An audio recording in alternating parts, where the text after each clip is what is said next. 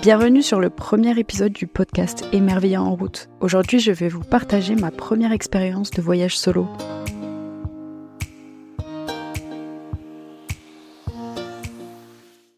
Hello, peut-être que vous êtes là parce que vous avez vu mes réels sur Instagram et que vous avez découvert ma chaîne de podcast. Ça y est, j'en parle enfin ouvertement alors que ça fait plus d'1 an que je l'ai faite. Et ça fait peut-être 4-5 ans que j'y pense et que je ne me lance pas. Donc là, je suis contente de me lancer dans mon premier épisode. Donc, bienvenue à tous. Aujourd'hui, on va parler de mon premier voyage solo.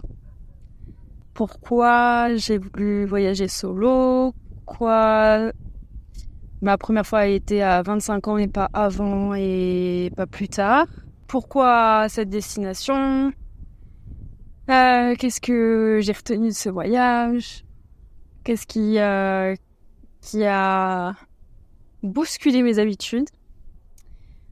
Puisque Hawaï, c'est quand même les États-Unis, donc il y a des choses qui sont vraiment différentes.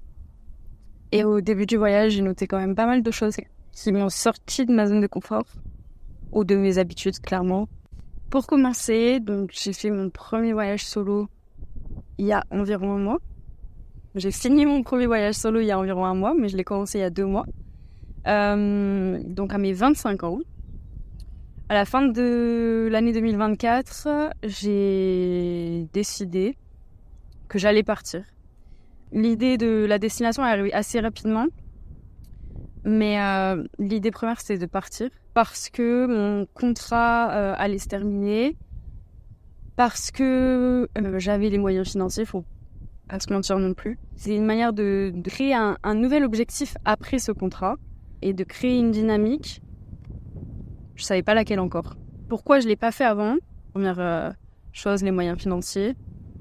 Le boulot, qui ne me permet pas forcément de partir. Je voulais partir longtemps pour profiter, parce que je savais que j'allais partir loin. Comment j'ai choisi ma destination? C'est arrivé assez rapidement. Je crois qu'en 24 heures, j'avais choisi où est-ce que je voulais aller.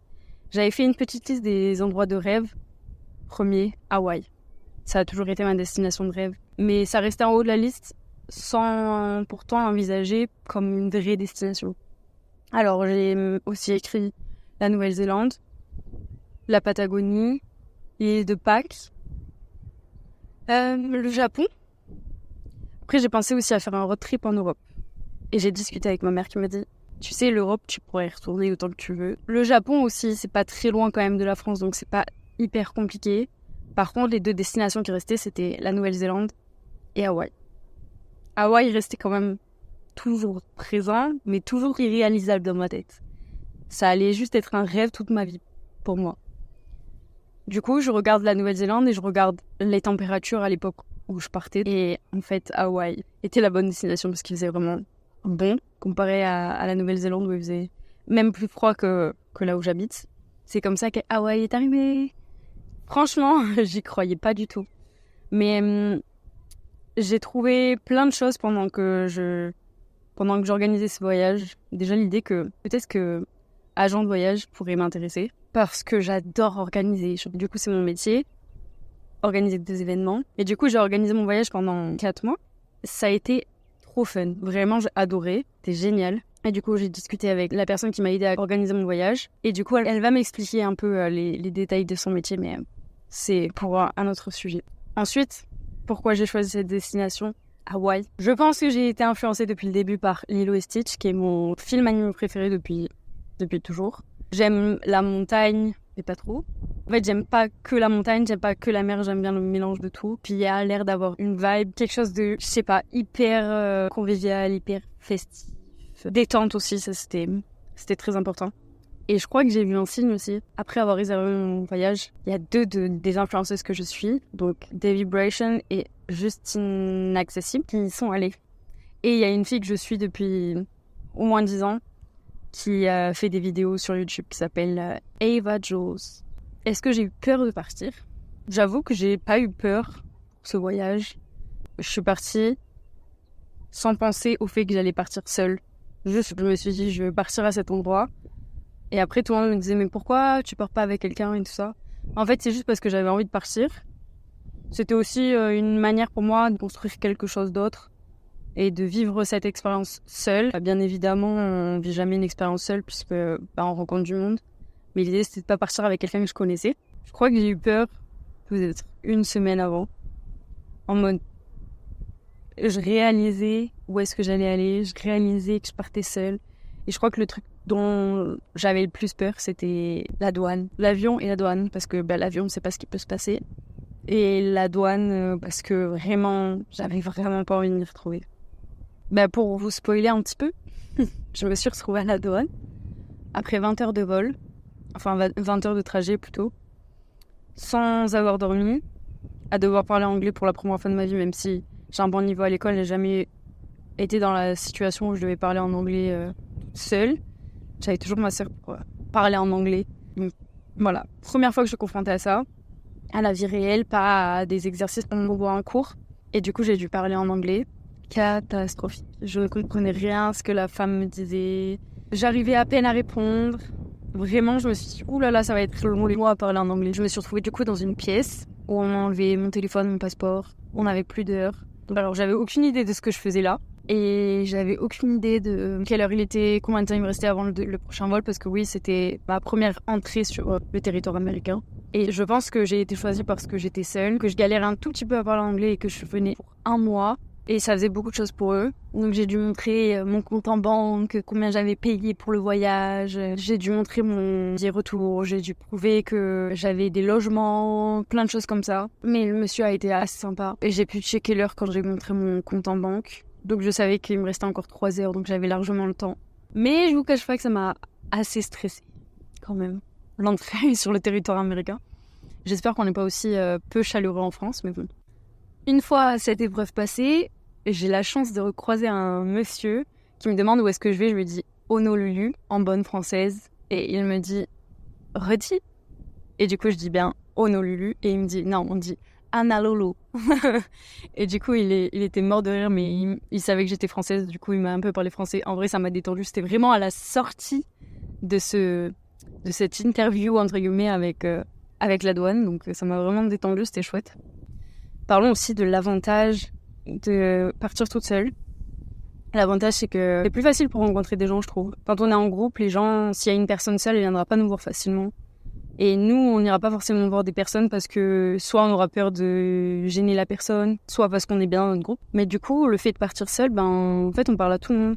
Et dans les auberges de jeunesse, c'est d'autant plus facile, surtout quand il y a des espaces communs. Par exemple, sur la dernière île, Maui, il y avait une grande table. Je pense qu'on pouvait manger à 20 ou 30 personnes. C'était génial parce que du coup, même quand tu mangeais seul, tu pouvais participer à des conversations de personnes que tu connais. C'est absolument pas. Et rencontrer des personnes comme ça et partir avec eux le lendemain en excursion. Et une chose que j'ai adoré aussi en auberge de jeunesse, c'est que certaines auberges proposent des excursions. Et ça, c'est vraiment chouette parce que du coup, ça permet de rencontrer des gens qu'on ne connaît pas. De créer un groupe aussi, de repartir avec certaines personnes sur une autre journée, le lendemain ou le surlendemain. D'aller à la plage, d'aller voir le coucher de soleil, d'aller voir le lever de soleil. J'ai fait des rencontres trop bien comme ça. Sur la dernière île, j'ai passé une semaine avec une fille juste parce que je lui avais proposé de venir dans ma voiture parce qu'il n'y avait plus de place sur une excursion. Et on a passé la semaine ensemble. J'ai fait des rencontres incroyables. Même s'il y a des personnes que je reverrai peut-être pas, je me souviendrai toujours des moments qu'on a vécus. Ça me fait venir au point qu'il y a 2 cultures avec lesquelles je trouve qu'on a beaucoup de points communs, hormis l'Europe, parce que j'ai rencontré quand même beaucoup d'Européens. Il y a le Brésil et le Canada. Passons aux choses qui m'ont dépaysée. J'ai écrit choquée sur ma liste. J'ai croisé une voiture qui m'a choquée. Mais en fait, je crois que je suis la seule personne au monde à pas connaître cette voiture. Le Cybertruck de Tesla. Alors déjà, à l'origine, je savais pas ce que c'était. Je l'ai juste mis en story, on m'a répondu que c'était ça. Mais vraiment, je n'étais pas du tout au courant que cette voiture existait. Peut-être je vis sur une autre planète, qui sait. Une autre chose qui m'a étonnée, c'est les passages piétons, surtout à Waikiki. Et à l'intersection, tous les feux deviennent rouges et les passages piétons deviennent verts. Et on peut même traverser en diagonale. Donc ça, c'était assez déroutant. D'ailleurs, j'ai même pas osé le faire. Au début, je comprenais pas, j'étais en mode trop bizarre. Non, je peux pas faire ça. Une autre chose que j'ai découverte aussi, c'était que dans les bus, on pouvait tirer un fil pour demander l'arrêt. Comme nous, nos boutons. Eux, ils ont les fils et les boutons. Aussi, je sais pas si c'est spécifique à Hawaï ou si c'est partout aux États-Unis, mais tout le monde roule en scooter, en short et sans casque.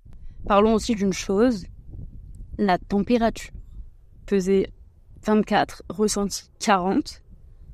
J'habite quand même dans le sud de la France, je sais combien il peut faire chaud. Bah là, il faisait 24, ressenti comme chez moi et encore pire parce que le soleil, il brûle la peau. La crème solaire est obligatoire. Ça devrait être inscrit dans une loi, je ne sais pas. Il fait trop chaud, c'est tout. Un autre truc aussi, ça sent l'herbe de partout. C'est l'odeur d'Hawaï. Ensuite, quelque chose qui m'a perturbée aussi, c'est que on parle uniquement en mètres et eux, ils parlent en pieds. Du coup, à chaque fois qu'on me donnait une indication de mesure, j'étais incapable de dire à combien ça correspondait. Par exemple, quand on a fait du snorkeling, on nous disait qu'on voyait à tant de pieds de profondeur. Du coup, je n'ai jamais su à combien de mètres je voyais. Et par exemple, je suis allée dans une forêt. Les arbres avaient 42 ans. Ils étaient immenses. Vraiment, on n'a pas d'arbres aussi grands en France. Et je ne sais pas comment ils font. Et de devoir toujours switcher degrés Fahrenheit, degrés Celsius aussi. Pour le four, pour la température extérieure. Le fait d'être en hôtel, ça a été compliqué. Surtout sur la deuxième île. Parce que sur la deuxième île, j'avais qu'un seul logement et ça a été uniquement un hôtel. Ça a été compliqué, tout est relatif. Mais du coup, j'ai pas rencontré de gens. J'ai rencontré des personnes, j'ai re-rencontré des personnes que j'avais vues sur la première île avec qui j'ai partagé un jour ou deux.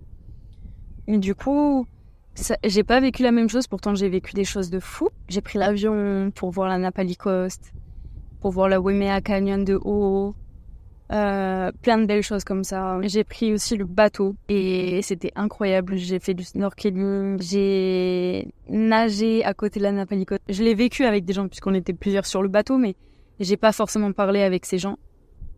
C'était assez différent. J'ai quand même vu des dauphins, c'était incroyable. J'ai vu des poissons, toutes les couleurs, parce que j'ai fait beaucoup de snorkeling. J'ai vu des tortues, j'ai vu un phoque aussi dans l'eau. J'ai vu tellement de belles choses, des beaux oiseaux, des papillons. J'ai fait des belles randonnées, j'ai rencontré des personnes incroyables. Je suis allée aussi sur 2 volcans. Et sur les 2, j'ai vu les couchers de soleil et les étoiles. C'était vraiment incroyable. Et je voulais revenir sur quelque chose que j'ai dit au début. C'est que quand je suis arrivée à la douane, j'ai galéré à parler anglais. Et au bout de peut-être 4-5 jours, ça allait beaucoup mieux. J'étais beaucoup plus à l'aise. J'apprenais tous les jours des nouveaux mots. Ou je réapprenais des mots parce que quand on ne les utilise pas, on les oublie. Mais ça revient assez vite. Et le fait d'entendre des personnes dire des mots, je les retenais et je les utilisais assez rapidement pour en rappeler dans une phrase que j'ai utilisée.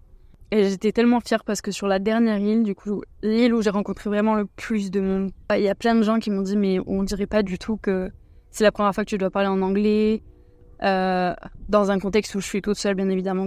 Et du coup, j'étais trop fière. Et mon niveau, il avait tellement évolué entre quand je suis allée à la douane à quand je suis rentrée en France. Il n'y a rien à voir. Et même, je le vois maintenant quand j'écoute des vidéos, quand j'entends l'anglais, et c'est pas comme j'entendais l'anglais avant, parce que maintenant, c'est comme une langue imprégnée, même si je suis pas bilingue, loin de là, mais j'ai un très bon niveau. Et du coup, je suis assez fière d'avoir évolué de cette manière. C'était un voyage incroyable. Maintenant, je réalise pas encore. Ça fait 15 jours que je suis rentrée en France, et ça me paraît toujours pas réel. J'y suis allée, je sais que j'ai vécu tout ça, mais ça me paraît toujours pas réel. Je sais pas comment vous l'expliquer. J'espère que ce podcast vous aura fait voyager et vous donnera envie de tenter l'expérience du voyage solo. Dites-moi en commentaire si vous êtes déjà parti seul et comment vous l'avez vécu. Et surtout, j'ai hâte que vous me partagiez les sujets que vous aimeriez entendre sur ce podcast. Cela peut être aussi varié que le voyage, la lecture, les rencontres, les expériences. Sentez-vous libre de proposer vos idées. À bientôt!